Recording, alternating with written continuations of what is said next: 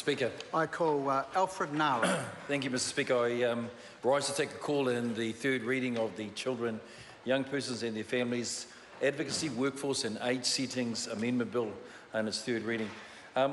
Mr. Speaker, it was in April of this year in 2016 where the Minister had commissioned not only just a review but the potential of an overhaul of the system. And this is the first part of that system.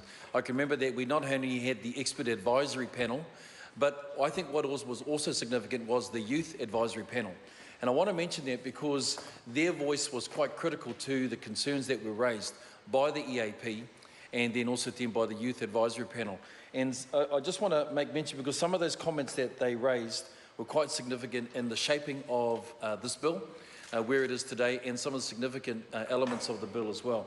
So the Youth Advisory Panel made it clear in its submissions, both to the Minister and the Government, that they want the state to stop experimenting with young people's lives.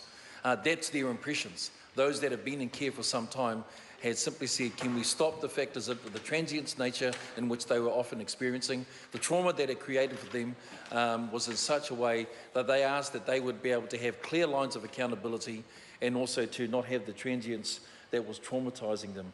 They also said that they want a child's first care placement to be the best and to ensure it delivers a loving, long-term and stable home. The current system, in contrast, sees children as young as 7 having already 8 different placements, resulting in trauma can affect these young people often for the rest of their lives. We know that the research has clearly shown that children that are in state care from the age of up to 17 are 22 times more likely to be in the state system in a variety of different ways, whether it be through the youth justice system or in the welfare system as well.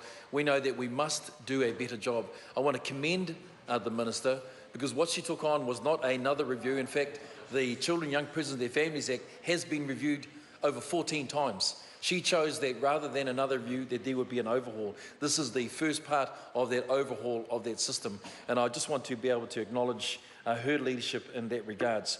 One of the things that was really clear that came out of both panels, the youth and the expert advisory, was that when it looked at the system, the current system as it exists, it did not place children at the centre. You think that in its paramountcy foundation, and I know that Penny Henare talked around Te Poai o Te Atatu, where it talks about the paramountcy clause and the principles of our children, our tamariki, that should be at the centre, as well as of our whānau.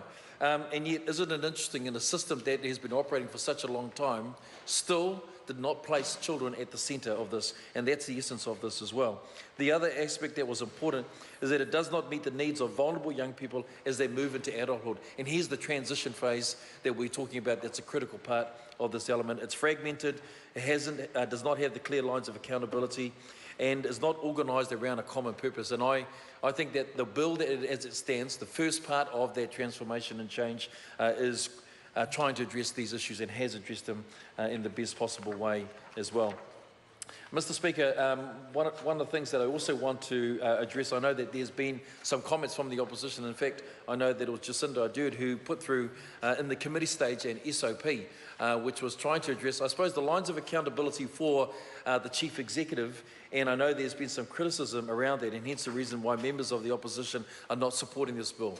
It is with some disappointment around that, because I know that I was actually at the Dignal Trust, and with Ms. Ardern, we heard the submissions, we heard the calls from those young people to raise the age of care, of state care, to ensure that there was a smoother transition into adulthood, and that's what this bill is trying to do. So while there's an opposition to the bill as it stands, I know there's elements of it that they do support, and this is one of them, and I think that's quite critically important to raise that as well.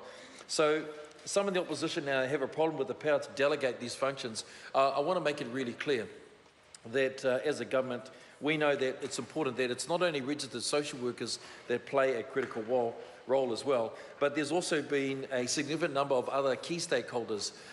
We have a variety of different skill sets that are critically important to that care that wrap around the child as well. You can have everything from child psychotherapists to psychologists. You could have speech language therapists. There are a number of other key roles that are quite critically important. At that point of time, in a form of trauma, Mr. Speaker, it's what the child needs most to gain trust and confidence in a process of healing. And so we believe that this is important, and the reality is that we need a mix of skills. Work is currently already continuing in the new model, which is a transformation team, busy on introducing, and a supported budget that was announced in our budget of 2016 of $200 million that takes us alongside the normal SIPS operations as well. So that's an extra $144 million that we're putting into to not only address the cost pressures, but also some of the changes that need to happen. So what we're simply saying here, Mr. Speaker, is that the delegated powers will not be carelessly given to those who are not approved, to those, in fact, it will be to those who are approved. It will be those who have specialist skills that are much needed, again, to meet the form of trauma that these young people have as well. So, Mr. Speaker, in my brief what you call contribution to the House, can I just commend the Minister for her leadership? Can I also say that throughout the process of hearing the submissions, can I thank the submitters, both in NGOs and also others that came both personally to submit. I actually felt that we had a good working relationship inside the committee, right across the different parties, to be able to address this bill, to bring it in the best form that we could. Again, one part of the transformation change of legislation that the Minister is introducing. It will increase the age for care settings. It will provide ensure that children are at the centre of the system of child care and protection. It will also ensure that there's an advocacy service that allows for their care and their transition into adulthood for our young people as well. Mr. Speaker, I do commend this bill, look forward to its royal assent and also to its implementation into a much needed part of our sector of care. I commend this bill to the House.